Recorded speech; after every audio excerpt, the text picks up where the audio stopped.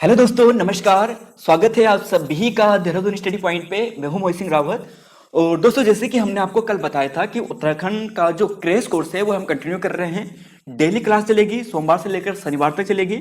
और यहाँ पे जो हम आपको डिस्कस कराएंगे वो कराएंगे डॉक्टर अजय रावत सर की बुक से। डेली 5-5, 6-6 पेज आपको वहां से कराएंगे। इसके अलावा उत्तराखंड के जो प्रीवियस ईयर के जो क्वेश्चन है उन्हें डिटेल के साथ यहाँ पे आपको आंसर प्रोवाइड कराएंगे। और फिर परीक्षा वाणी और बीएस नेगी सर की जो बुक है वहां से भी डेली एक एक पेज आपको यहाँ पे कराएंगे। और यह क्लास लगातार कंटिन्यू रहेगी जब तक कि आपका फॉरेस्ट गार्ड का उत्तराखंड पुलिस का एग्जाम नहीं हो जाता है। तो दोस्तों, चैनल पे आप नए हैं तो सब्सक्राइब जरूर कर लें, लाइक वाला बटन जरूर प्रेस करें। तो डिस्कस करते हैं दोस्तों आज की अपनी दूसरी क्लास है। और यहाँ पे दोस्तों पहली शुरुआत कर रहे हैं हम जो प्रीवियस ईयर में क्वेश्चंस पूछे गए थे। ये ग्राम विकास अधिकारी में पूछा गया था, 5 दिसंबर 2021 का पेपर है। पहला क्वेश्चन है दोस्तों यहाँ पे कि गढ़वाल का जोन ऑफ आर्क किसे कहा जाता है? तीलू रोतेली, महारानी कर्णावती, गोरा देवी या उपयुक्त में से कोई नहीं। यह क्वेश्चन यूकेएसएससी ने जो अजय रावत सर की बुक है वहां से पिकअप किया था। दोस्तों, इससे पहले यह क्वेश्चन यानी ग्राम विकास अधिकारी में एग्जाम से पूछे जाने से पहले यह क्वेश्चन काफी टफ था, क्योंकि बहुत कम स्टूडेंट ने, लगभग 2 या 4% स्टूडेंट ही इसका आंसर जानते होंगे। लेकिन अब लगभग सभी जानते होंगे इसका आंसर। तो इसका राइट आंसर क्या है? ऑप्शन नंबर जो ए आपको दिखाई दे रहा है, तीलू रोतेली जी। तो गढ़वाल का जोन ऑफ आर्क किसे कहा जाता है? तीलू रोतेली जी को कहा जाता है। अब दोस्तों यहां से थोड़ा कुछ और क्वेश्चन क्या क्या बन सकते हैं, देखिए और क्वेश्चन क्या बन सकते हैं तीलू रोतेली जी के बारे में बनेंगे। जैसे तीलू रोतेली जी का जन्म कब हुआ था? तीलू रोतेली जी का जन्म हुआ था 8 अगस्त 1661 में। तो 8 अगस्त 1661 में जो गुराड़ गांव है चौंदकोट में, एकेश्वर के सामने, वहां पे तीलू रोतेली जी का जन्म हुआ था। दोस्तों, इतिहास के बारे में आप सभी जानते होंगे। तीलू रोतेली जी को तिलोत्तमा देवी के नाम से जाना जाता था। किस नाम से जाना जाता था? तिलोत्तमा देवी। तिलोत्तमा, तिलोत्तमा, तिलोत्तमा देवी। तो मूल नाम क्या था? तिलोत्तमा देवी था। पिताजी का नाम भूप सिंह गोल्ला था। ये तो बेसिक बात होगी दोस्तों। लेकिन अब प्रश्न किस हिसाब से आपके बनेंगे, तो 2 इंपॉर्टेंट प्रश्न है, इन्हें जरूर नोट डाउन करें। पहला प्रश्न यहां पे दोस्तों यह है कि आप सभी जानते हैं कि तीलू रोतेली से संबंधित महत्वपूर्ण क्या दिए जाते हैं? अवार्ड दिए जाते हैं। तो सबसे पहले जो है यहां पे कि तीलू रोतेली पुरस्कार क्या है? तीलू रोतेली पुरस्कार। तो तीलू रोतेली पुरस्कार की बात करें तो कब से दिया जाना शुरू किया गया? यह दिया जाना शुरू किया गया 2006 में। जो महिलाएं होती हैं जो अपने फील्ड में काफी प्रसिद्धि पाती हैं उन्हें यह पुरस्कार दिया जाता है। 2006 से इसकी शुरुआत हुई थी। और इंपॉर्टेंट दोस्तों यहां पे यह है कि इसकी राशि वर्तमान में, देखिए पहले कम दी जाती थी लेकिन अब बढ़ा दी गई है। वर्तमान में इसकी राशि 51,000 रुपए कर दी गई है। ध्यान रखना, 51,000 रुपए, 51 के यानी 51,000 रुपए कर दी गई है। अभी 2021 में जो दी गई थी वो 31,000 रुपए दी गई थी। अब 2022 से यह राशि 51,000 कर दी गई है। और काफी इंपॉर्टेंट है, अभी हाल ही में जो वंदना कटारिया जी हैं उन्हें भी यह पुरस्कार दिया गया था। अच्छा दोस्तों, एक प्रश्न और इंपॉर्टेंट यहां से है, तीलू रोतेली पेंशन। तीलू रोतेली जो पेंशन है कि तीलू रोतेली पेंशन किसे दिया जाता है और कब से इसकी शुरुआत हुई थी? तो ध्यान रखना, तीलू रोतेली पेंशन की बात करते हैं तो इसकी जो शुरुआत हुई थी वो 1 अप्रैल 2014 से हुई थी। कब से हुई थी? 1 अप्रैल, 1 अप्रैल 2014 से इसकी शुरुआत हुई थी। ठीक है, पेंशन 1 अप्रैल 2014 से शुरू हुई थी। अब किस क्षेत्र में दिया जाता है? देखिए ये दिया जाता है जो कृषि जो क्षेत्र है, यानी कृषि क्षेत्र में अगर कोई काम करते वक्त अगर कोई दिव्यांग हो जाता है तो उन्हें यह जो पेंशन राशि है वो दी जाती है। और वर्तमान में 1200 रुपए यह राशि दी जाती है। शायद अगर अभी बढ़ाई ना होगी तो अभी यानी जनवरी फरवरी के आंकड़ों के अनुसार 1200 रुपए राशि दी जाती थी। तो दोस्तों क्वेश्चन नंबर 1 यहां पे ये हो गया। क्वेश्चन नंबर 2 है, उत्तरांचल विधेयक लोकसभा में कब पारित हुआ? उत्तरांचल विधेयक लोकसभा में कब पारित हुआ जी? इसका राइट आंसर क्या है? इसका राइट आंसर है 1 अगस्त 2000 को। 10 अगस्त को राज्यसभा में पास हुआ था, 28 अगस्त को राष्ट्रपति द्वारा साइन कर दिया गया था। और दोस्तों यहां पे एक चीज और ध्यान रख सकते हो, जैसे कि हमने आपको कल भी बताया था, 28 अगस्त की जगह में अगर आप 25 अगस्त आप तिथि ध्यान रखते हो, क्योंकि जो ऑफिशियल तिथि है, यानी जो ऑफिशियल तिथि अगर आप इसका गजट देखोगे वहां पे 25 अगस्त लिखा गया है, तो वह तिथि भी ध्यान रखना। खैर 1 अगस्त 2000 को विधेयक लोकसभा में पारित हुआ था, 10 अगस्त को राज्यसभा में पारित हुआ था, 28 अगस्त को कब राष्ट्रपति द्वारा, जो के आर नारायण राष्ट्रपति जी थे, उन्होंने इस पे साइन भी कर दिया था। अगले क्वेश्चन की बात करते हैं। क्वेश्चन नंबर 3 है, उत्तरांचल राज्य की प्रथम निर्वाचित विधानसभा के अध्यक्ष। उत्तरांचल राज्य की जो प्रथम विधानसभा है यानी निर्वाचित है, तो ये हमने कल भी डिस्कस किया था और प्रश्न यहां पे भी पूछा गया है। तो निर्वाचित की बात की गई है, तो देखिए निर्वाचित कौन है, यशपाल आर्य जी हैं। कौन है, यशपाल आर्य जी हैं। उत्तरांचल जो राज्य के प्रथम निर्वाचित विधानसभा अध्यक्ष है वो यशपाल आर्य जी हैं। पहले पूछा जाए तो पहले प्रकाश पंत थे। हरबंश कपूर पूछा जाए तो ये कौन से थे, यानी ये दूसरे निर्वाचित विधानसभा के थे। और गोविंद सिंह कुंजवाल की बात करें तो वो तीसरे विधानसभा थे, यानी तीसरे विधानसभा जो निर्वाचित विधानसभा थी उसके अध्यक्ष थे। तो यानी यहां पर ये हो गया। अच्छा दोस्तों, यहां पे एक चीज और बात की जा रही है, जैसे हम बात करते हैं कि ये तो हो गया प्रथम निर्वाचित विधानसभा। अब आपके लिए प्रश्न ये बनेगा, जैसे ये है वर्तमान जो विधानसभा है, यानी वर्तमान जो विधान है, यानी जो वर्तमान विधानसभा अध्यक्ष है, तो वर्तमान विधानसभा अध्यक्ष कौन है, वह है रितु खंडूरी जी। कौन है, रितु खंडूरी जी। तो ध्यान रखना वर्तमान में कौन है, रितु खंडूरी जी है। कौन सी विधानसभा से हैं, कोटद्वार विधानसभा से हैं। कौन सी विधानसभा से हैं, कोटद्वार विधानसभा से हैं।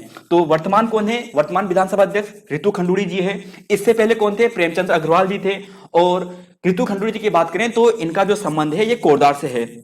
अब दोस्तों थोड़ा और टफ प्रश्न क्या बनेगा, देखिए अभी हाल ही में जो एग्जाम हुआ था वहां पे कुछ ऐसा प्रश्न भी पूछा गया था कि जो पहली विधानसभा जो निर्वाचित हुई थी, यानी जो पहले विधानसभा जो चुनाव हुए थे कब हुए थे।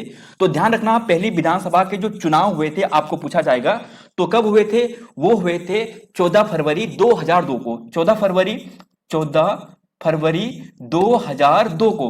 तो 14 फरवरी 2002 को पहले विधानसभा जो चुनाव हुए थे यहां पे हुए थे। और इस चुनाव के विजय के बाद जो एनडी तिवारी थे मुख्यमंत्री बने, यशपाल आर्य जी विधानसभा अध्यक्ष बने। तो यहां तक दोस्तों ये हो गया। अच्छा वर्तमान की बात की जाए तो वर्तमान में कौन है, जैसे अध्यक्ष रीता खंडूरी जी है, यानी ऋतु खंडूरी जी है। और वर्तमान की बात करें दोस्तों यहाँ पे कि चुनाव जो हुआ था ये कब हुआ था, तो यह जो हुआ था ये हुआ था 14 फरवरी को। कब हुआ था, 14 फरवरी 2022 को। तो यह तिथि भी ध्यान रखना 14 फरवरी को ही हुआ था। 14 फरवरी यहां भी हुआ, 14 फरवरी 2022 में भी हुआ। और यहां पे कुल मतदान जो हुआ था, ध्यान रखना ऐसे प्रश्न टफ प्रश्न बनते हैं तो ऐसे बनेंगे, 65.3% कुल मतदान था, यानी 65.37 के आसपास था। तो 65.3 आप ध्यान रखना, 65.3% क्या हुआ मतदान यहां पे इस बार हुआ। रितु खंडूरी जी मुख्यमंत्री बनी है, रितु खंडूरी जी विधानसभा अध्यक्ष बनी है। अगला क्वेश्चन है क्वेश्चन नंबर 4, नरसिंह देव कत्यूरी ने अपनी राजधानी कार्तिकेयपुर से हटाकर स्थापित की, बैजनाथ, गरुड़, कौसानी या सोमेश्वर। तो सरल क्वेश्चन है दोस्तों और इसका राइट आंसर है ऑप्शन नंबर जो ए आपको बैजनाथ दिखाई दे रहा है वह है। अगला क्वेश्चन है क्वेश्चन नंबर यहां पर है क्वेश्चन नंबर 5। तो देखिए दोस्तों क्वेश्चन नंबर 5 है यहां पे, निम्न में से उत्तराखंड में पश्चिम से पूर्व की ओर बहने वाली जो अंतिम नदी है वह कौन सी है। पश्चिम से पूरब की ओर और अंतिम नदी पूछा गया है। तो देखिए जो अंतिम नदी है जो पश्चिम से पूरब की ओर बहती है उसका नाम क्या है, लधिया नदी। क्या नाम है, लधिया नदी। तो देखिए दोस्तों नदी तंत्र की हमने आपको एक एनिमेटेड क्लास दी थी, आप जरूर देखा होगा आपने। फिलहाल हम यहाँ पे थोड़ा डिस्कस करते हैं कुछ नदियों के बारे में, इन चारों नदियों के बारे में, जो दावका नदी है, बाकरा नदी है, लधिया नदी है। तो यहाँ पे देखिए दोस्तों जैसे कि यहाँ पर है काला पानी जो क्षेत्र है ना, तो यहाँ पर है काला पानी क्षेत्र, आप सभी जानते हैं काला पानी क्षेत्र। तो यहां पर है काला पानी क्षेत्र और काला पानी क्षेत्र से एक नदी निकलती है, काली नदी, इस हिसाब से यहां पे निकलती है। और ये होते हुए यहां पे चंपावत से जाने के बाद नेपाल से होते यहां से बाहर हो जाती है। तो ये आ गई कौन सी, ये आ गई काली नदी। क्या आ गई, काली नदी। तो यानी यहां तक ये हो गया। लेकिन यहां पे हम बात करेंगे कि जो यहां पे पनार नदी के बारे में डिस्कस करेंगे। तो देखिए दोस्तों यहां से निकलती है सरयू नदी, यानी कुछ ऐसे निकलती है सरयू नदी और ये ऐसे होकर यहां से ऐसे जाकर फिर यहां पे काली नदी पे अपना संगम बना देती है। तो यहां से ये निकली, ठीक है। फिर यहां से क्या निकली, एक नदी निकलती है जिसे क्या कहते हैं, देखो ये जो नदी है इसका नाम है सरयू नदी। क्या नाम है, सरयू नदी। और इस नदी का नाम क्या है, इस नदी का नाम है गोमती नदी। क्या नाम है, गोमती नदी। तो गोमती नदी, सरयू नदी हो गया।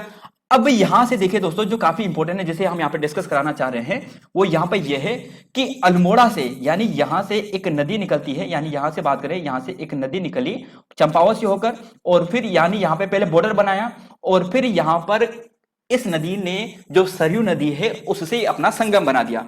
और यह संगम कहां पे हुआ, यह संगम हुआ कांकरी घाट पर। कहां पे हुआ, कांकरी घाट पर। तो यह आपको ध्यान रखना है, कहां पे ध्यान रखना है, कांकरी घाट पर। तो देखो और यह जो नदी है इस नदी का नाम है पनार नदी। तो एक नदी आपकी क्लियर होगी जो यहां पर क्वेश्चन में है, पनार नदी हो गया। तो पनार नदी कांकरी घाट में मिलती है, सरयू की सहायक नदी है और ये कुछ इस प्रकार ऊपर की ओर जा रही है, ठीक है। दूसरी नदी है यहां पे पनार नदी, ये हो गया। दूसरी नदी है यहाँ पे लधिया नदी, जो सबसे अंतिम नदी है। देखिए दोस्तों, जो लधिया नदी है वो आपको चंपावत में मिलेगी, कुछ इस प्रकार जाएगी, और फिर यहाँ पे जो काली नदी है उससे चूका नामक स्थान पर, कहां पर, चूका, ध्यान रखना, चूका, चूका, तो चूका नामक स्थान पर जो यहाँ पे इस नदी का नाम क्या है, लधिया नदी। क्या है, लधिया, लधिया नदी। तो लधिया नदी चोका नामक स्थान पर काली नदी से अपना संगम बना देती है। तो दो नदी ये होगी। तीसरी नदी कौन सी बची यहाँ पे, एक बची है यहाँ पे दाबका नदी। अच्छा दोस्तों, लधिया नदी की बात करें तो इसकी एक सहायक नदी है कोयराला नदी, ध्यान रख लेना। अब है दाबका नदी। अब जब हम दोस्तों दाबका नदी की बात कर रहे हैं तो दाबका नदी भी काफी इंपॉर्टेंट है। यह आपको नैनीताल से निकलती दिखाई देगी और नैनीताल से निकलते हुए कुछ इस प्रकार जाएगी और बाद में जो कोसी नदी आ रही है ऊपर से अल्मोड़ा से, उस पर क्या कर देती है, अपना संगम बना देती है। तो दाबका नदी कहां पे मिलेगी, नैनीताल से निकलती है। किस नदी से अपना संगम बनाती है, कोसी नदी से अपना संगम बना देती है। तो दाबका नदी ये हो गया। फिर यहां पर एक नदी और है जो बच गया है, वो है बाकरा नदी। क्या है नाम है, बाकरा नदी। जो दाबका भी हो गया, बाकरा हो गया। तो बाकरा नदी भी यहां से निकलती गर्म पानी नैनीताल से, और फिर यहां से निकलने के बाद ये थोड़ा नीचे आ जाएगी उधम सिंह नगर होते हुए, और यह खानपुर शहर से होके जाती है। क्या है, खानपुर। तो ध्यान रखना, उधम सिंह का जो उधम सिंह नगर है वहां का जो खानपुर जो शहर है वहां से होकर गुजरती है। तो चारों नदी दोस्तों आपने यहां पे देख ली, अक्सर पूछे जा सकते हैं ऐसे क्वेश्चन। तो यहां तक ये हो गया। अगला क्वेश्चन है क्वेश्चन नंबर 6, और इस क्वेश्चन पे स्टूडेंट ने काफी ऑब्जेक्शन भी दिया था। तो देखिए दोस्तों, ऑब्जेक्शन आयोग ने नहीं माना और इसका राइट आंसर क्या माना आयोग ने, वही भी हम डिस्कस करते हैं। गोपेश्वर तथा बाड़ाहाट का जो स्तंभ लेख है इसका कब माना गया, यानी स्तंभ लेख कब का है, 8वीं सदी, 2वीं, 5वीं या 6ठी सदी। तो देखिए इसका राइट आंसर क्या है, ऑप्शन नंबर जो आपको ए दिखाई दे रहा है, 6ठी सदी। गोपेश्वर और बाड़ाहाट का जो त्रिशूल लेख है वो 6ठी और 7वीं सदी का है। तो 7वीं तो यहाँ पे ऑप्शन में नहीं था, इसलिए इसका राइट आंसर क्या हो गया, ऑप्शन नंबर जो ए दिखाई दे रहा है 6ठी सदी, वह हो गया। क्वेश्चन नंबर 7 है कि देहरादून में कर्णपुर महल, तो कर्णपुर जो मोहल्ला है वो किसने बसाया था, रानी कर्णावती ने। अब देखिए दोस्तों, रानी कर्णावती से क्या क्या प्रश्न बनते हैं। हमने जब इतिहास की क्लास कराई थी उत्तराखंड ज्योग्राफी की, वहां पे गोरखा शासन और गढ़वाल पारवंश सभी को, तो वहां पे हमने डिटेल से डिस्कस कराया था। तो रानी कर्णावती से क्या क्या प्रश्न बनते हैं, देखिए इनके पति का नाम क्या था, महिपति शाह था। पुत्र का नाम क्या था, पृथ्वीपति शाह था। नकटी रानी, दुर्गावती, ताराबाई, रानी कर्णावती के उपनाम थे। फिर यहां पर एक इंपॉर्टेंट किताब थी और इस किताब का नाम था स्टूडियो डी मोगोर। स्टूडियो डी मोगोर, यह पुस्तक किसने लिखी, निकोलस मनुची ने लिखी। किसने लिखी, निकोलस मनुची ने। और यहां पे क्या लिखा था कि मुगलों की जो 1 लाख सेना थी, पैदल सेना थी, 30,000 घुड़सवार जो सेना थी, उसको रानी कर्णावती ने बुरी तरीके से पराजित कर दिया। तो यह बताया था स्टूडियो डी मोगोर पुस्तक में, निकोलस मनुची ने यह पुस्तक लिखी थी। उस समय सेनापति कौन थे जब आक्रमण किया था, नवाजद खां था। कब आक्रमण किया था, 1636 ईस्वी में आक्रमण किया था। फिर जब यह आक्रमण विफल हो गया था, फिर दोबारा बदला लेने के लिए 1655 में दोबारा आक्रमण किया गया। खलीतुल्लाह के नेतृत्व में आक्रमण किया गया। रानी कर्णावती से इंपॉर्टेंट यहां पे यह है कि रानी कर्णावती का हमें एक ताम्रलेख मिलता है। कौन सा ताम्रलेख मिलता है, एक ताम्रलेख मिलता है जो हमें हाट ग्राम से मिला है। हाट ग्राम का जो ताम्रलेख है जो चमोली से हमें प्राप्त हुआ है, किसका है, रानी कर्णावती का है। किसका है, रानी कर्णावती का है। कब का है, 1640 ईस्वी का है। 1640 ईस्वी का है। तो देखिए दोस्तों, यहां पे इंपॉर्टेंट बातें रानी कर्णावती से ये थी, इसे जरूर नोट डाउन करें। इसकी पीडीएफ हम आपको प्रोवाइड करा देंगे टेलीग्राम पर भी और जो हमारा व्हाट्सएप ग्रुप है वहां पर भी। अब बात करते हैं क्वेश्चन नंबर 8 में कि उत्तराखंड राज्य विधिक सेवा प्राधिकरण का गठन किया गया। अब दोस्तों इसका जो राइट आंसर है यह है ऑप्शन नंबर जो आपको बी दिखाई दे रहा है, यानी 20 मार्च 2002 का। 20 मार्च 2002 का। अब देखिए दोस्तों, यहां से कुछ और प्रश्न आपके लिए क्या क्या बनेंगे, तो क्या क्या आपके लिए जो प्रश्न बन सकते हैं यहां से वो आपको डिस्कस करते हैं। देखिए ये हो गया उत्तराखंड विधिक सेवा प्राधिकरण। उत्तराखंड विधिक सेवा प्राधिकरण 20 मार्च 2002, यानी इसे कहते हैं Uttarakhand state legal service authority. ठीक है, इंग्लिश वाले स्टूडेंट के लिए। अब दोस्तों यहां पे इससे रिलेटेड कुछ बातें हैं। एक है लोक सेवा आयोग। क्या नाम है, लोक सेवा आयोग। यानी लोक सेवा आयोग की बात करेंगे, यानी यहां पे बात कर रहे हैं हम उत्तराखंड लोक सेवा आयोग की। उत्तराखंड पब्लिक सर्विस और आयोग की बात करें, आयोग को क्या कहते हैं, कमीशन कहते हैं। आयोग को क्या कहते हैं, कमीशन कहते हैं। तो उत्तराखंड लोक सेवा आयोग हो गया। यहां से प्रश्न दोस्तों यह बनेगा कि इसकी स्थापना कब हुई थी, यह हुई थी 14 मार्च 2001 को। 14 मार्च 2001 को इसकी स्थापना हुई थी। और यह एग्जिस्टेंस में कब आया था? एग्जिस्टेंस में ये आया था 15 मई को। ध्यान रखना, 15 मई 2001 को इसने अपना कार्य करना शुरू कर दिया था। 14 मार्च को इसकी स्थापना हो गई थी, लेकिन 15 मई 2001 को यह एग्जिस्टेंस में आया। इसने अपना वर्क जो फुल फोर्स में करना शुरू कर दिया था। ठीक हो गया। अब इसी से रिलेटेड एक चीज और है जो स्टूडेंट कंफ्यूज होते हैं, इसलिए दोस्तों यहां पे तीनों आपको यहां पे कमेंट करा रहे हैं। देखिए, उत्तराखंड राज्य विधिक सेवा प्राधिकरण आपने देख लिया, इसे क्या कहते हैं? इसे कहते हैं Uttarakhand state legal service authority. ठीक है। दूसरा है उत्तराखंड लोक सेवा आयोग, यानी उत्तराखंड पब्लिक सर्विस कमीशन। फिर यहां पे एक चीज और है, यह है उत्तराखंड पब्लिक सर्विस ट्रिब्यूनल। तो देखिए दोस्तों, यहां पर यह हो गया, ध्यान रखना, यह है उत्तराखंड पब्लिक सर्विस ट्रिब्यूनल। तो ध्यान रखना, ये ट्रिब्यूनल है, इसे हिंदी में कहते हैं प्राधिकरण।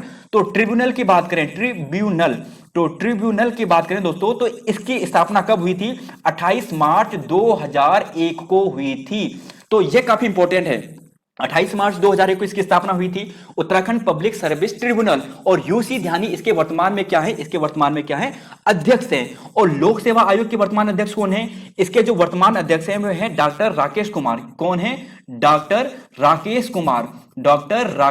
कुमार। तो लोक सेवा आयोग का यानी पब्लिक सर्विस कमीशन की बात करें तो डॉक्टर राकेश कुमार, और उत्तराखंड पब्लिक सर्विस ट्रिब्यूनल की बात करें तो वह कौन है? तो यह भी आपको ध्यान रखना है, यूसी ध्यानी। स्थापना कब हुई? 28 मार्च 2001 को हुई। तो दोस्तों क्वेश्चन नंबर 8 ही हो गया। अगला क्वेश्चन देखिए, अगला क्वेश्चन यहां पे क्वेश्चन नंबर 10 की बात करते हैं।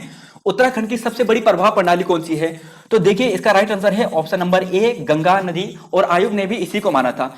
आयोग ने इस बार जो क्वेश्चन दिए थे ना ग्राम विकास अधिकारी में, बहुत गलत दिए थे, क्योंकि आयोग ने यह वाला ऑप्शन दे दिया था। और इसी की वजह से बहुत स्टूडेंट को बहुत बड़ा नुकसान उठाना पड़ा, उपयुक्त में से कोई नहीं। तो यह ऑप्शन से नहीं देने चाहिए थे, और इसी के वजह से बहुत से स्टूडेंट के गलत हुए।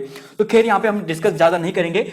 उत्तराखंड की जो सबसे बड़ी प्रभाव जो प्रणाली है वो गंगा प्रभाव प्रणाली को माना गया है, और यही आपको भी आगे मान के चलना है। क्वेश्चन नंबर 9 है, ये छूट गया था कि राजा जो सुदर्शन शाह ने अपने राज्य की राजधानी टिहरी की स्थापना किस वर्ष की थी? अब देखिए दोस्तों, इसका राइट आंसर क्या है? 1816, 1815, 1814, 1915। 1915 तो सबसे पहले गलत होगा, तो 28 दिसंबर 1815 इसका राइट आंसर है। तो काफी इंपॉर्टेंट प्रश्न है दोस्तों। सुदर्शन शाह के बारे में थोड़ा देख लीजिए।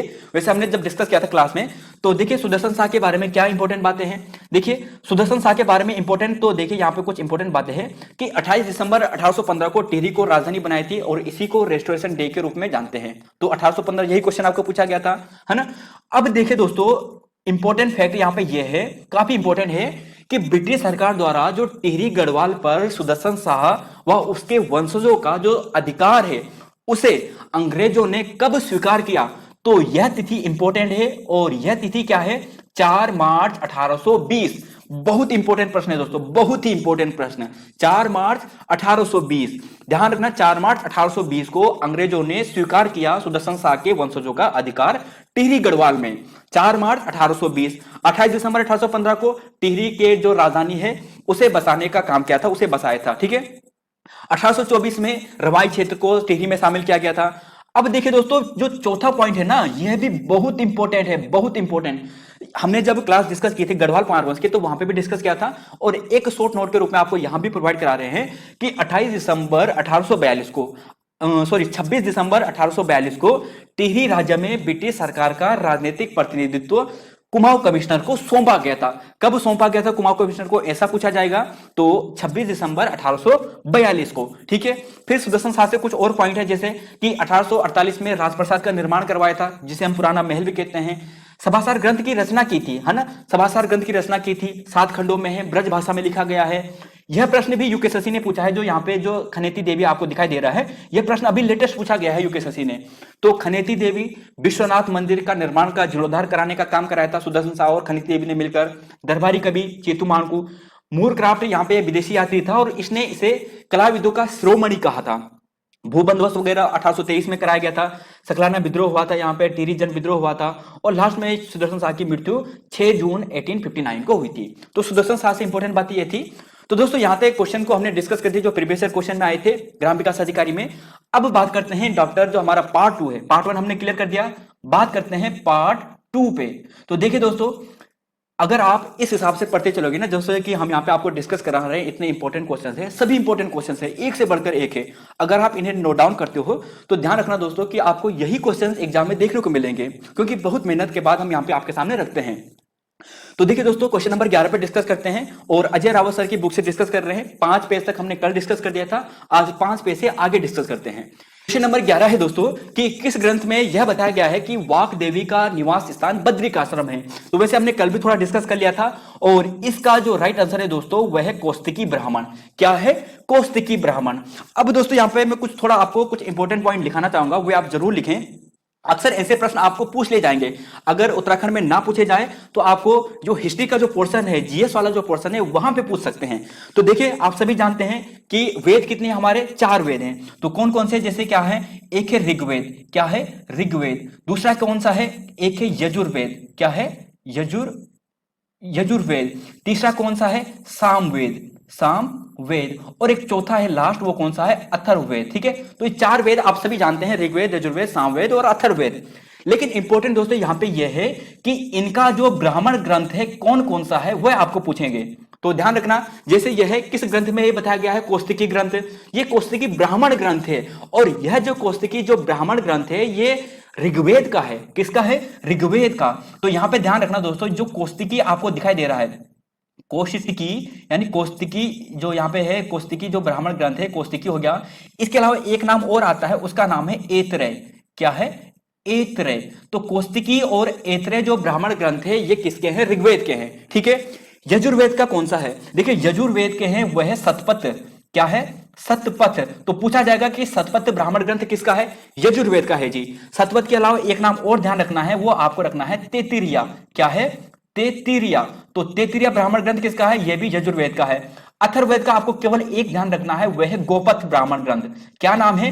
गोपथ ब्राह्मण ग्रंथ। सिंपल प्रश्न बनेगा कि गोपथ किसका ब्राह्मण ग्रंथ है? गोपथ किस वेद का ब्राह्मण ग्रंथ है? तो अथर्ववेद का है। ठीक है, सामवेद की बात करें तो सामवेद में आते हैं पंचविश और षड्विश। क्या आते हैं? पंचविश, पंचविश, पंचविश। तो पंचविश आ गया और एक आता है षड्विश। तो पंचविश, षड्विश। तो पंचविश, षड्विश। तो यानी दो ब्राह्मण ग्रंथ आपने यहां पे देख लिया और अथर्ववेद का एक देख लिया। इंपॉर्टेंट क्या है दोस्तों? कौस्तिकी ब्राह्मण में बताया गया है कि बद्रिकाश्रम में क्या है कि वाक देवी का निवास स्थान है, यानी शाश्वत यहाँ पे धाम है। ठीक है, ऐतरेय ब्राह्मण में क्या बताया गया है? ऐतरेय ब्राह्मण में भी बताया गया है जो यहाँ के लिए है उत्तर कुरु शब्द का प्रयोग हुआ है। जो गढ़वाल जो क्षेत्र है इसके लिए उत्तर कुरु शब्द का प्रयोग हुआ है। इसके लिए जो महाभारत है वहां पर भी उत्तर कुरु शब्द का प्रयोग हुआ है ना। तो यह बातें आपको यहां से ध्यान रखनी है। अगला क्वेश्चन डिस्कस करते हैं। क्वेश्चन नंबर 12 है कि प्रसिद्ध व्यास गुफा किस जनपद में है? रुद्रप्रयाग, टिहरी, चमोली या पौड़ी गढ़वाल। तो देखिए दोस्तों, गुफा से संबंधित प्रश्न भी यूपीएससी पूछता है और गुफा के अगर इसके आंसर की बात करें तो यह है ऑप्शन नंबर जो सी आपको दिखाई दे रहा है, चमोली, इसका राइट आंसर है। अब थोड़ा कुछ गुफाएं जो है उत्तराखंड की, वहां पे हम थोड़ा आपको डिस्कस कराते हैं। तो देखिए दोस्तों, गुफा की बात करते हैं कुछ उत्तराखंड की। तो सबसे पहले अगर हम बात करते हैं उत्तरकाशी की, तो देखिए उत्तरकाशी में कौन कौन सी गुफाएं हैं? उत्तरकाशी में जो आपको गुफाएं दिखेंगी उनको आपको ध्यान रखना है। प्रकटेश्वर गुफा, पांडव गुफा, श्रृंगी गुफा, पराशर गुफा, मातंग ऋषि गुफा। 5 गुफाएं होगी, प्रकटेश्वर, पांडव, श्रृंगी, पराशर और मातंग ऋषि। देखिए दोस्तों, पांडव गुफा आपको जो गंगोत्री, जो गंगा नदी आ रही है ना, भागीरथी नदी, उसी के तट पर आपको मिल जाएगा, काफी प्रसिद्ध है। तो प्रकटेश्वर, पराशर, श्रृंगी और मातंग ऋषि और इसके अलावा पांडव गुफा। ठीक है, अब देखिए दोस्तों, देहरादून में कौन कौन सी गुफा है? देहरादून की अगर गुफा की बात करें तो है मेवाला गुफा, जिसे बुधेर गुफा भी कहते हैं, बीसप्रिया गुफा यहां पर है, और जो रॉबर्ट्स केव है, रॉबर्ट्स गुफा है, यह भी देहरादून में स्थित है। तो देहरादून की गुफा ये हो गई। उत्तरकाशी की गुफा भी आपने देख ली। अब देखिए दोस्तों, टिहरी गढ़वाल की बात करते हैं। किसकी बात कर रहे हैं? टिहरी गढ़वाल की। यह यूपीएससी अक्सर पूछता है। टिहरी गढ़वाल में जो आपको मिलते हैं वह मिलता है विशिष्ट गुफा, जो बहुत इंपॉर्टेंट है दोस्तों। जो विशिष्ट गुफा है ना, बहुत इंपॉर्टेंट है। कई बार यूपीएससी ने पहले पूछा है। विशिष्ट गुफा टिहरी गढ़वाल में है, सॉरी, वशिष्ठ गुफा टिहरी गढ़वाल में है, विश्वनाथ गुफा टिहरी गढ़वाल में है, और गर्भजोन गुफा यह भी कहां पर है? टिहरी गढ़वाल में है। तो टिहरी गढ़वाल में 3 हो गए। ठीक है दोस्तों, अब जरा हम बात करते हैं पौड़ी गढ़वाल की। तो पौड़ी गढ़वाल में से केवल एक नाम है, झिलमिल गुफा। अब दोस्तों यहाँ पे ये झिलमिल गुफा है, झिलमिल गुफा पौड़ी गढ़वाल में है। झिलमिल, अगर आपको ताल पूछा जाए तो झिलमिल ताल आप कहां होगा, इसका आंसर आप नीचे कमेंट बॉक्स में जरूर दें कि झिलमिल ताल कहां पर है। झिलमिल गुफा तो पौड़ी गढ़वाल में हो गई, ठीक है। इसके बाद रुद्रप्रयाग की बात करते हैं, तो रुद्रप्रयाग में कहां पर है, देखिए रुद्रप्रयाग में है ध्यान गुफा और कोटेश्वर गुफा, जो कोटेश्वर है ना वहां पर हो गया। ध्यान गुफा जहां पे मोदी जी ने ध्यान किया था, आप सभी काफी प्रसिद्धि भी आई थी यहाँ पे कुछ टाइम पहले, तो ध्यान गुफा और कोटेश्वर गुफा रुद्रप्रयाग में। अब जो सबसे इंपॉर्टेंट है दोस्तों वह है चमोली। हम यहाँ पे केवल गढ़वाल की बात करें, जो गढ़वाल क्षेत्र के अंतर्गत आ रहे हैं, क्योंकि अगर पूरा डिस्कस करें तो काफी बड़ा हो जाएगा वीडियो। तो चमोली की बात करते हैं। देखिए चमोली की अगर हम कुछ गुफाओं की बात करें तो वह है गरुड़ गुफा, गणेश गुफा, व्यास गुफा, स्कंद गुफा, मुचकुंद गुफा। देखिए दोस्तों जो सचिवालय रक्षा का पेपर हुआ था वहां पे पूछा गया था कि मुचकुंद गुफा कहां पर है, मुचकुंद गुफा पूछा गया था, तो चमोली में है। स्कंद गुफा चमोली में है, व्यास गुफा, गणेश गुफा चमोली में है। इसके अलावा टिम्बरसैंड, मानेश्वर काफी प्रसिद्ध है क्योंकि बहुत ही लंबी गुफा है। हनुमान गुफा, राम गुफा, टिम्बरसैंड गुफा सभी चमोली में है। तो इन गुफाओं को दोस्तों जरूर याद करें, ये गुफाएं अक्सर आपको पूछी जा सकती है। अगले क्वेश्चन की बात करते हैं। क्वेश्चन नंबर यहाँ पे 13 है कि सभी तीर्थों का शिरोमणि किसे कहा गया है। तो बहुत से स्टूडेंट अगर पहली बार पढ़ेंगे तो सोचेंगे बद्रीनाथ को, तो इसका आंसर बद्रीनाथ गलत हो जाता। तो देखिए दोस्तों महाभारत ग्रंथ में देवप्रयाग को सभी तीर्थों का शिरोमणि कहा गया है, क्योंकि यहाँ पे भागीरथी और जो अलकनंदा नदी है वहां पे संगम होता है और यहीं से गंगा का निर्माण भी माना जाता है। तो सर्वाधिक जो पवित्र जगह मानी गई है या तीर्थों का जो शिरोमणि माना गया है वो देवप्रयाग को माना गया है। और यहीं पर अगर बात करें तो महाभारत ग्रंथ से हमें यह भी पता चलता है कि जो महर्षि वेदव्यास जी हैं उन्होंने षष्ठी लक्ष्य संहिता क्या लिखी थी, षष्ठी लक्ष्य संहिता। ध्यान रखता दोस्तों यहाँ पे लिख लेता मैं, क्या है षष्ठी, षष्ठी लक्ष्य, षष्ठी लक्ष्य, तो षष्ठी लक्ष्य संहिता, षष्ठी लक्ष्य संहिता किसने लिखी है, वेद व्यास जी ने लिखी है, वेद व्यास जी ने लिखी है। कहां पे लिखी है, यह लिखी है, यह पता चलता हमें महाभारत ग्रंथ से, और यह उन्होंने लिखी है बद्रिक आश्रम में। षष्ठी लक्ष्य संहिता किसने लिखी है, वेद व्यास जी ने लिखी है। तो क्वेश्चन नंबर 13 ये हो गया। क्वेश्चन नंबर 14 है, तो देखिए दोस्तों क्वेश्चन नंबर 14 है कि कालसी शिलालेख में किस लिपि का प्रयोग हुआ है, खरोष्ठी, देवनागरी, नागरी या ब्राह्मी लिपि। तो दोस्तों इसका राइट आंसर क्या है, ब्राह्मी लिपि है। क्या है, ब्राह्मी लिपि है। क्या है, ब्राह्मी लिपि। तो ऑप्शन नंबर सी इसका राइट है। अब देखिए दोस्तों जो यहाँ पे कालसी है, यहां से क्या प्रश्न बनते हैं, देखिए यह है कालसी शिलालेख के बारे में कुछ इंपॉर्टेंट बातें, आर्कोलॉजिकल सर्वे की वेबसाइट का पेज है कि देखिए कि 273 232 ईसा पूर्व मौर्य सम्राट वगैरह रहा था। इंपॉर्टेंट यहां पे यह है कि यहां पे जो आपको जॉन फॉरेस्ट दिखाई दे रहा है, वैसे आप सभी को मालूम होगा, फिर भी जो नए स्टूडेंट है, जॉन फॉरेस्ट द्वारा 1860 में, कब 1860 में जो ये कालसी शिलालेख है इसकी खोज की थी या फिर इसको पढ़ा था, इसकी खोज की थी यानी इसे प्रकाश में लाया था कौन, जॉन फॉरेस्ट। कब लाया था, 1860 में लाया था। इसकी भाषा क्या है, देखिए भाषा इसकी बात करें तो प्राकृत भाषा है और लिपि की बात करें तो ब्राह्मी लिपि है। ठीक है दोस्तों, प्राकृत भाषा ब्राह्मी लिपि, प्राकृत भाषा ब्राह्मी लिपि, पाली भाषा गलत हो जाएगा, प्राकृत सही रहेगा। और फिर दोस्तों यहाँ पे इंपोर्टेंट, यहाँ पे लास्ट में ये देख लेना कि यहाँ पर 5 यवन राजाओं के बारे में भी हमें जानकारी प्राप्त होती है। तो थोड़ा बहुत यह ध्यान रखना, आने वाले एग्जाम में आपको यहाँ से पूछा जाएगा। अगले क्वेश्चन की बात करते हैं। क्वेश्चन नंबर 15 है, अल्मोड़ा से प्राप्त कुलिंद मुद्रा से हमें कितने कुलिंद राजाओं के नाम मिलते हैं, 4, 8, 5 या 6। देखिए दोस्तों अगर आप परीक्षा वाणी वगैरह पढ़ोगे तो आपको मिलेगा 4, क्योंकि वो थोड़ा अपडेटेड डाटा नहीं है। लेकिन अगर इसका राइट आंसर आप देखोगे तो ये मिलेगा आपको ऑप्शन नंबर जो सी दिखाई दे रहा है 8, यह बिल्कुल सही है। तो ध्यान रखना दोस्तों क्या है इसका राइट आंसर, यह जो राइट आंसर है यह क्वेश्चन नंबर जो 8 है यह सही है, यानी ऑप्शन नंबर जो सी है यह बिल्कुल राइट है। तो ध्यान रखना अल्मोड़ा से जो प्राप्त हमें ये पे तो 8 कुलीन राजाओं के हमें यहाँ पे नाम मिलते हैं।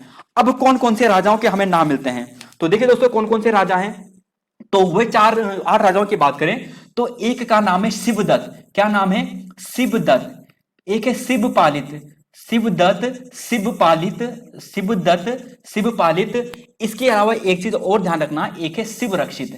तो शिव शिव शिव हो गया, शिव रक्षित।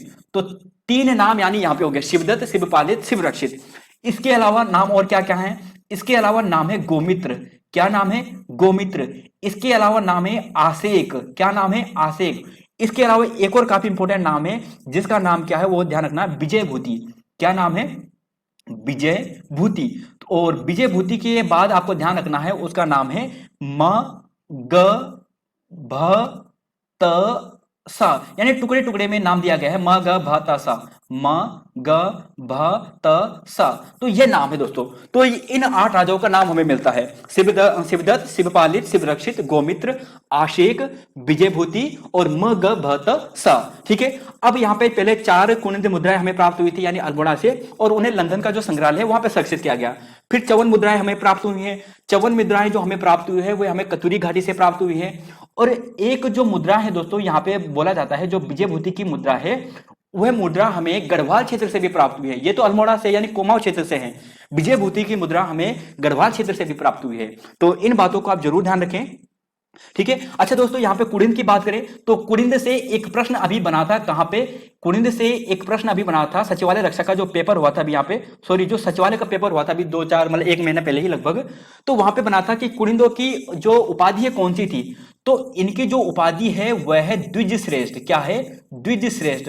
तो ध्यान रखना, द्विज श्रेष्ठ किसे कहा जाता है? कुड़िंदों को कहा जाता है। तो द्विज श्रेष्ठ ये है, शिव धर्म को मानने वाले थे यानी शैव धर्मावलंबी थे। और उत्तराखंड की प्रथम राजनीतिक शक्ति भी कौन थे? वो कुड़िंद थे। क्वेश्चन नंबर 15 हो गया। अब बात करते हैं क्वेश्चन नंबर 16 की। निम्न में से किस स्थान से कुषाण मुद्रा की हमें प्राप्ति नहीं हुई है?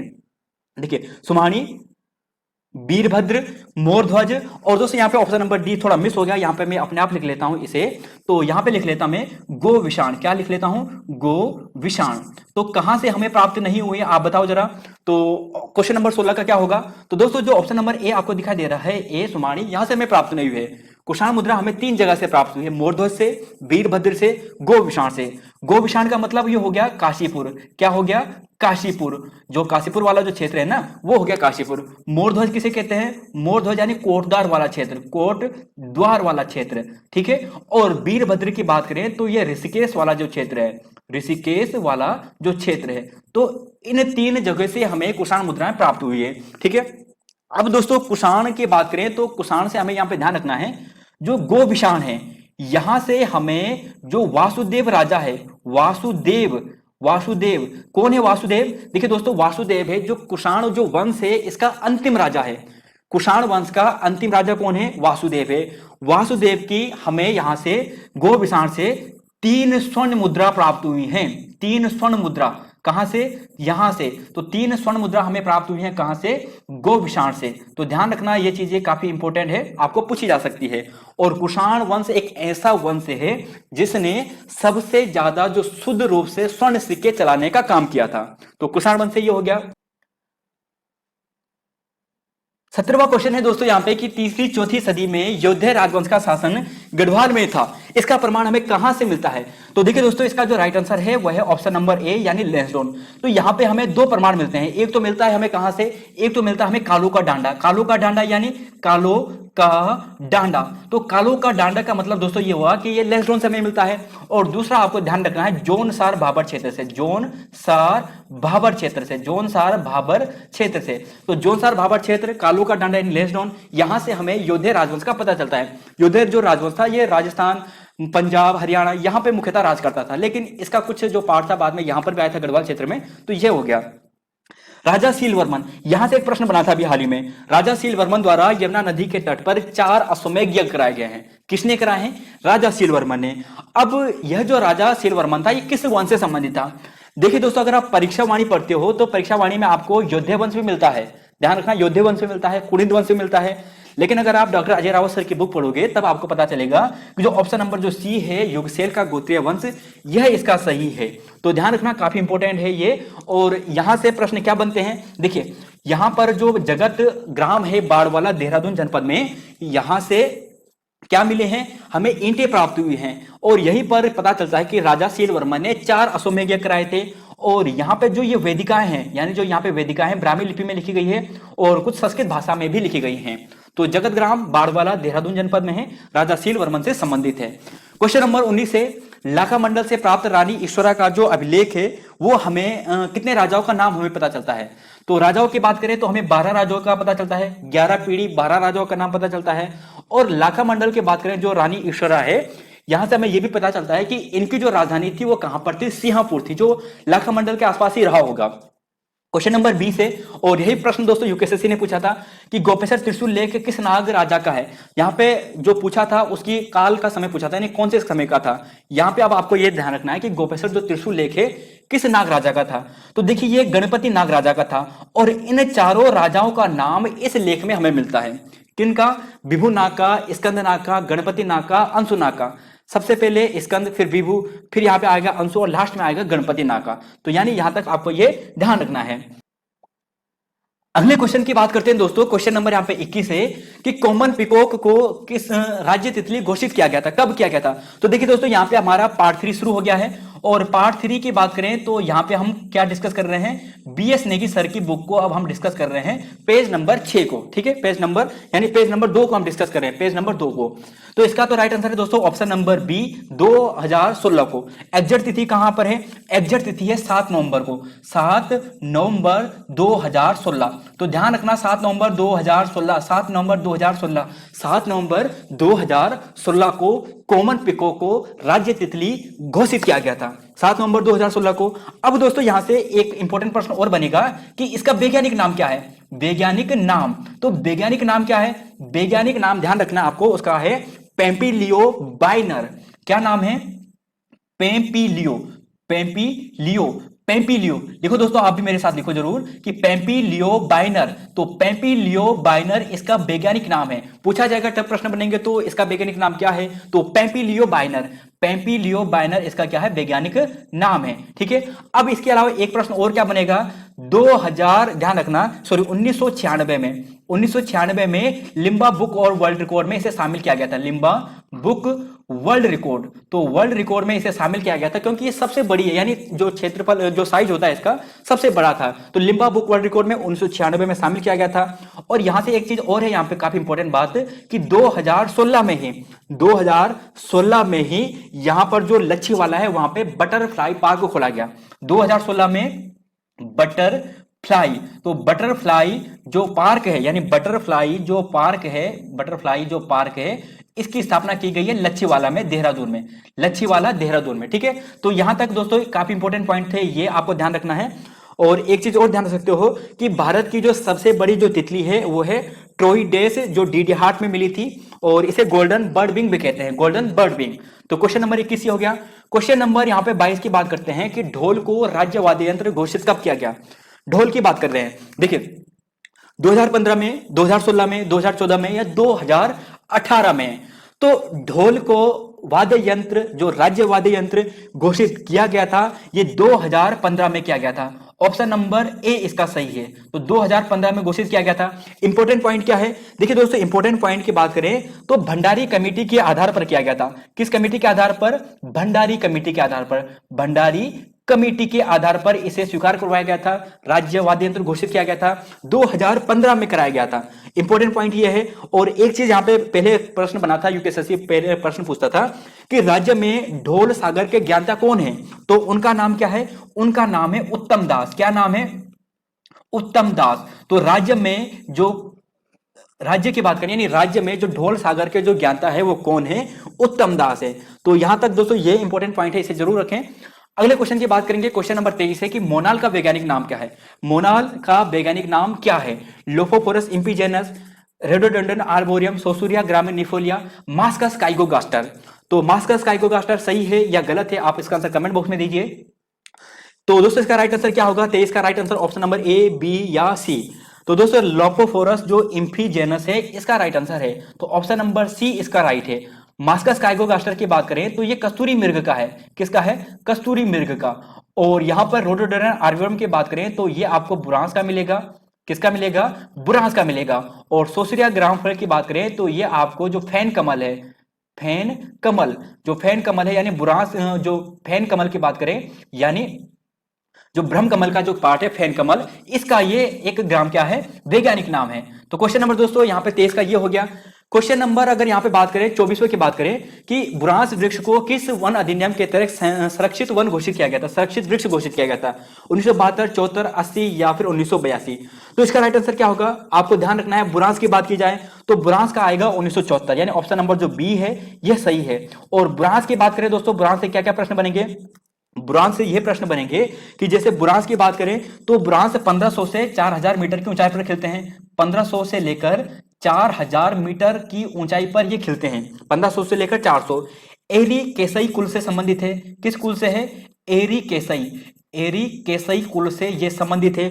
और इंपॉर्टेंट बात यह है कि भारत में इसकी 87 प्रजातियां हैं और कुछ एक इंपॉर्टेंट है रोडोडोडन आर्बियम, जैसे हमने नाम देखा, इसका वैज्ञानिक नाम था। अगली क्वेश्चन है क्वेश्चन नंबर 25। तो देखिए दोस्तों, बहुत इंपॉर्टेंट प्रश्न है, सभी इंपॉर्टेंट प्रश्न है। इसकी पीडीएफ आप टेलीग्राम चैनल से ले लीजिए और जो व्हाट्सएप ग्रुप में जुड़े हुए हैं स्टूडेंट, वहां पे हम इन्हें आपको शाम के टाइम पे प्रोवाइड करा देंगे। तो 25वां क्वेश्चन है, बुरांस फूल के खिलने का समय क्या है? बुरांस की बात की गई है, तो बुरांस की बात करें तो बुरांस का है फरवरी से अप्रैल, यानी गर्मियों में खिलता है। गर्मियों में खिलने का समय, यानी वर्तमान में भी खिल रखे हैं, तो फरवरी अप्रैल इसका सही है। और यहां पर अगर जुलाई सितंबर की बात करें तो ये किसका है? ये ब्रह्म कमल का है। ये किसका है? ब्रह्म कमल का। तो ये हो गया ब्रह्म कमल का। और यहां पर अगर बात करें फरवरी अप्रैल से, तो ये बुरांस फूल का ये खिलने का समय है। और दोस्तों, बुरांस फूल की बात करें तो इसमें मिथेनॉल पाया जाता है। बुरांस फूल की बात की जाए तो इसमें किसकी अधिकता होती है? मिथेनॉल की अधिकता होती है। किसकी अधिकता होती है? मिथेनॉल की, यानी मिथेनॉल। तो मिथेनॉल की इसमें अधिकता होती है और मिथेनॉल की अधिकता के कारण ये जो हृदय रोग है उसके लिए काफी इंपॉर्टेंट होता है। तो हृदय रोग, डायबिटीज में ये बहुत काम आता है। ठीक है, तो क्वेश्चन नंबर 25 हो गया। क्वेश्चन नंबर 26 है कि वन्य जीव संरक्षण अधिनियम किस वर्ष लागू किया गया? वन्य जीव की बात की गई है। देखिए अभी आपने देखा दोस्तों 1974 देखा। 1974 में किसे संरक्षित किया गया था? बुरांस को, जो वृक्ष है उसे संरक्षित किया गया। अब बात कर रहे हैं वन्य जीव की। तो वन्य जीव की बात करें तो इसका आंसर क्या होगा? तो ऑप्शन है 1972, 1974, 1980 या फिर 1982। तो इसका राइट आंसर क्या होगा? आप आंसर कमेंट बॉक्स में दीजिए दोस्तों। इसका राइट आंसर होगा दोस्तों 1972। 1972 इसका राइट आंसर है, आपको ध्यान रखना है। तो वन्य जीव संरक्षण अधिनियम जो आया था 1972 में इसे संरक्षित किया गया था। क्वेश्चन नंबर 27 है यहाँ पे कि राज्य वृक्ष बुरांस सामान्यतः किस ऊंचाई तक खिलते हैं? अभी हमने देखा था बुरांस की बात करें तो बुरांस की बात करें तो 1500 से लेकर 4000 मीटर तक था। इसके अलावा दोस्तों यहाँ पे 2500 से अगर 5000 मीटर की बात करें तो ये कौन पाए जाते हैं? 2500 से लेकर अगर 5000 मीटर तक की अगर बात करें तो आपको ध्यान रखना है, ये जो मिलते हैं ये मिलता है मोनाल पक्षी। मोनाल पक्षी इस हाइट तक आपको मिलता है। मोनाल, मोनाल, तो मोनाल पक्षी आपको इस हाइट तक मिलता है। ये आपको मिलता है बुरांस का। ठीक है, और यहां पर अगर बात करें 48 से 6000, यानी सबसे ऊंचाई पर है। तो सबसे ऊंचाई पर जो ब्रह्म कमल है, यानी जो रेयर पौधा है वही मिलेगा। तो सबसे ज्यादा ऊपर कौन है? ब्रह्म कमल, 48 से 6000। और फिर एक बचा 3600 से 4400 की बात करें तो यहां पर आपको क्या मिलेगा? यहां पर कस्तूरी मृग आपको मिलेगा। कस्तूरी मृग। तो ये चीजें आप यहां से ध्यान रखना। अगला क्वेश्चन है दोस्तों कि संस्कृत को राज्य की दूसरी राजभाषा का दर्जा कब दिया गया? तो 2010 में दिया गया, जनवरी 2010 में दिया गया। तो ध्यान रखना, क्वेश्चन नंबर 28 का ये हो गया। क्वेश्चन नंबर 29, देखिए क्वेश्चन नंबर 29 है उत्तराखंड का राज्य खेल क्या है? क्रिकेट है, खो खो है, हॉकी है या फुटबॉल है? क्रिकेट, खो खो, फुटबॉल या फिर हॉकी? तो देखिए दोस्तों, सभी जानते हैं इसका राइट आंसर है ऑप्शन नंबर जो डी आपको दिखाई दे रहा है, फुटबॉल। वह इसका एकदम सही आंसर है। फुटबॉल इसका बिल्कुल सही आंसर है। और यहीं पर अगर बात करें तो उत्तराखंड का जो राज्य खेल फुटबॉल है कब घोषित किया गया था? तो राज्य का जो फुटबॉल घोषित किया गया था ये 2011 में किया गया था। 2011 में। तो 2011 में उत्तराखंड का जो राज्य खेल है फुटबॉल, इसे घोषित किया गया था। क्वेश्चन नंबर 30 है बुरांस फूल किस कुल से संबंधित है? तो अभी हमने डिस्कस किया था एरिकेसई कुल से संबंधित है। एस्टेरेसी से कौन सा था? एस्टेरेसी था ब्रह्म कमल। तो क्वेश्चन नंबर 30 का ये हो गया। तो दोस्तों यहां तक हमने देखा जो बीएस नेगी सर का जो पेज नंबर 6 था वो हमने देखा था, पेज नंबर 2 देखा था। अब बात करते हैं परीक्षा वाणी पेज नंबर 6 पर। देखिए दोस्तों, पेज नंबर 6 की बात करें, यहाँ पे है क्वेश्चन नंबर 31 है। और क्वेश्चन नंबर 31 आपको पूछा है कि नैनीताल उच्च न्यायालय देश का कौन से कर्म का न्यायालय है? कौन से कर्म का न्यायालय है, यह आपको बताना है। तो दोस्तों इसका राइट आंसर क्या है?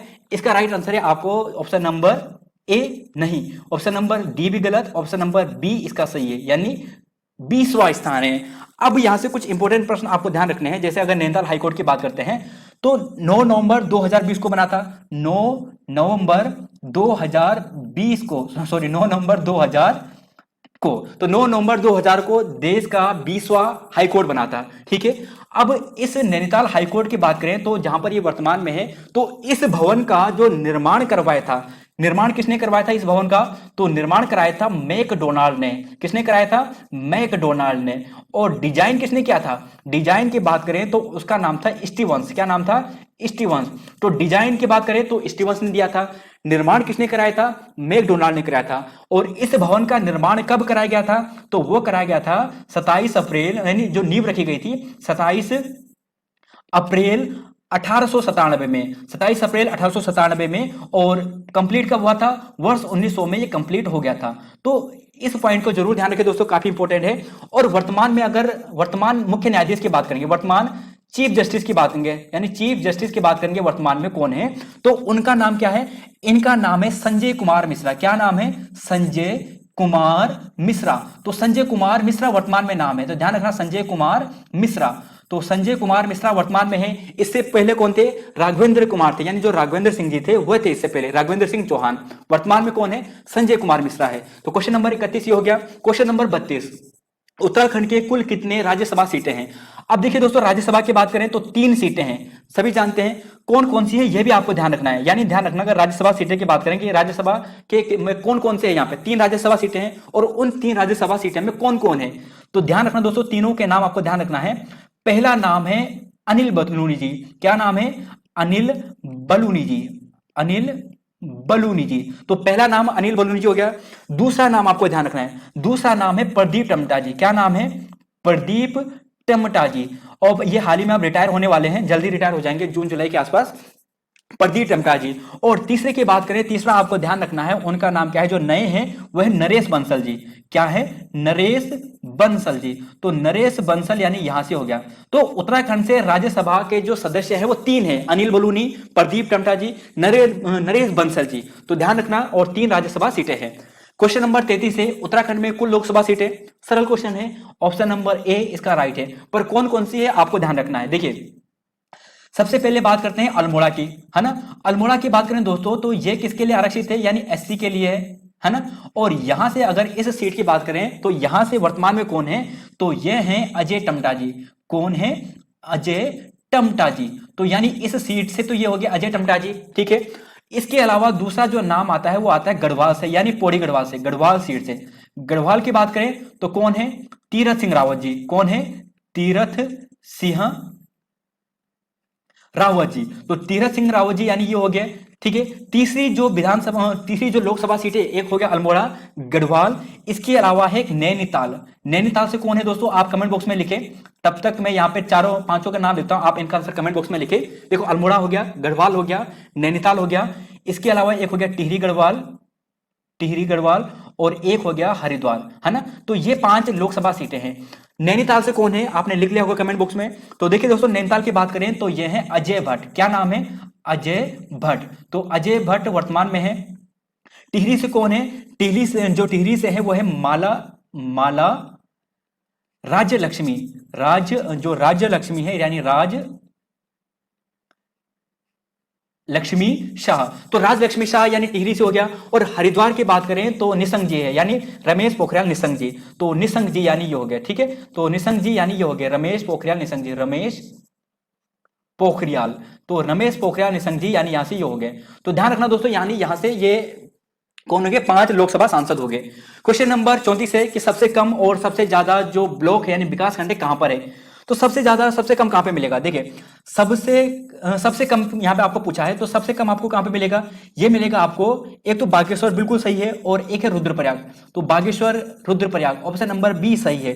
3 यहां पे आपको विधानसभा जो ब्लॉक है वो मिलेंगे, विकासखंड मिलेंगे। सबसे ज्यादा पौड़ी गढ़वाल में मिलेगा, 15 ब्लॉक है। तो क्वेश्चन नंबर 34 हो गया। क्वेश्चन नंबर 35 है, गढ़वाल में कुल नगर निगम कितने हैं? तो देखिए दोस्तों, आप इसका आंसर दीजिए 7, 8, 9 या 10। तो आप जब तक इसका आंसर देते हैं मैं तब तक आपको इसका डिटेल आंसर प्रोवाइड कराता हूं। देखिए दोस्तों, यहां पे ये है टोटल 9 हो गया, है ना। आपने आंसर दे लिया। देखिए कौन कौन सी है, इन्हें कब कब बनाया गया था यह भी ध्यान रखना है। पहली जो नगर निगम है उत्तराखंड का, उसका नाम क्या है? उसका नाम है देहरादून नगर निगम। कब गठन हुआ था? 9 दिसंबर 1998 को गठन हुआ था। सबसे बड़ा जो नगर निगम है उत्तराखंड का ये यही है, 100 वार्ड इसके अंतर्गत आते हैं, ठीक है। दूसरा है हरिद्वार का गठन 2011 में। इसके बाद हल्द्वानी, इसका भी 2011 में। तीसरे की बात करें रुद्रप्रयाग, काशीपुर और रुड़की, इन तीनों का जो गठन हुआ था ये 2013 में हुआ था। तो याद हो जाएगा आसानी से। देखो, देहरादून 1998, हरिद्वार की बात करें 2011, हल्द्वानी की बात करें 2011, हरिद्वार हल्द्वानी HH 2011, हरिद्वार हल्द्वानी 2011।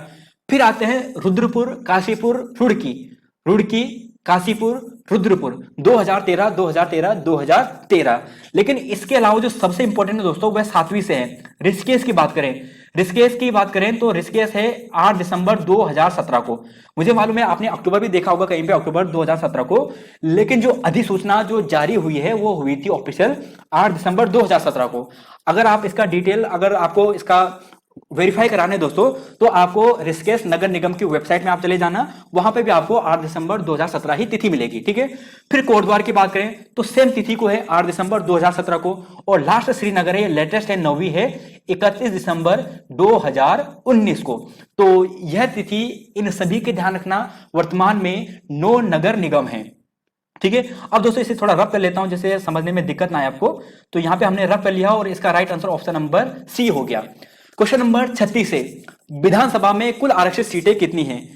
अब आरक्षित सीटें की बात की गई विधानसभा में, तो देखिए ऑप्शन के अनुसार अगर आप चलोगे तो 5 तो बिल्कुल नहीं है, 13 भी नहीं है, 2 भी नहीं है, 15 इसका सही है। ऑप्शन के अनुसार 15 बिल्कुल सही है। तो कौन कौन सी है? तो देखिए दोस्तों, यह है उत्तराखंड का मैप। सबसे पहले अगर हम बात करते हैं उत्तरकाशी से, तो उत्तरकाशी में एक सीट है और वह है पुरोला से। किसकी है? पुरोला से। सभी एससी के हैं, केवल 2 सीटें एसटी के हैं। तो पहले एसटी की बात कर देते हैं। तो एसटी की बात करें तो चक्राता से है। क्या है? चक्राता से, ठीक है। और इसके अलावा एक मिलता है आपको नानक मत्ता से। कहां से मिलता है? नानक मत्ता से। तो नानक मत्ता यानी यहां से ये हो गया। तो देखिए दोस्तों, 2 सीटें हो गई जो एसटी के लिए है ना, एसटी के लिए, एसटी के लिए, एसटी के लिए। तो ये हो गया एसटी के लिए, बाकी सभी सीटें एससी के लिए, और टोटल 15 सीटें हैं। तो यहां तक देखा। देहरादून की बात करें तो एक चक्राता हो गया, एक आपको मिलता है यहां पे राजपुर। क्या मिलता है? राजपुर, ठीक है। इसके अलावा हरिद्वार में बात करें तो हरिद्वार में आपको 3 मिलता है। एक मिलता है भगवानपुर, भगवानपुर। देखो सभी का ध्यान रखना है कि कौन कौन सी सीटें हैं। भगवानपुर, इसके अलावा झबरेड़ा, झबरेड़ा, और झबरेड़ा के बाद आपको ध्यान रखना है, वो आपको ध्यान रखना है, उसका नाम है ज्वालापुर। क्या है? ज्वालापुर। तो देखिए दोस्तों, हरिद्वार से 3 हो गए, भगवानपुर, झबरेड़ा, ज्वालापुर। अब एक चीज देखिए, पौड़ी से केवल एक सीट है, वह है पौड़ी गढ़वाल की। पौड़ी के एक ही मात्र सीट है पौड़ी गढ़वाल की, यानी जो पौड़ी है वहां पर ये एससी के लिए आरक्षित है। लेकिन दोस्तों अगर आप यहाँ पे बीएस नेगी सर की बुक पढ़ोगे, परीक्षा वाणी पढ़ोगे, तो वहां पे श्रीनगर भी दिया है, जो कि गलत है। श्रीनगर एससी के लिए आरक्षित नहीं है, क्योंकि वर्तमान में आप सभी जानते हैं, वर्तमान में जो वहां के विधायक हैं धन सिंह रावत है ना, तो वो एससी के लिए आरक्षित नहीं है। तो पौड़ी यहां से हो गया। टिहरी की बात करते हैं तो टिहरी में आपको क्या मिलेगा? टिहरी में आपको मिलेगा घनशाली। क्या मिलेगा? घनशाली। तो टिहरी में घनशाली हो गया। रुद्रप्रयाग की बात करते हैं तो रुद्रप्रयाग में आपको क्या मिलेगा? तो रुद्रप्रयाग में आपको मिलेगा, तो रुद्रप्रयाग में दोस्तों आपको क्या मिलेगा? जरा सोचिए जरा। रुद्रप्रयाग, रुद्रप्रयाग, रुद्रप्रयाग, जी नहीं दोस्तों, रुद्रप्रयाग आपको एक ऐसा जनपद मिलेगा जहां पे आपको कोई भी आरक्षित सीट नहीं मिलेगी। तो रुद्रप्रयाग हो गया।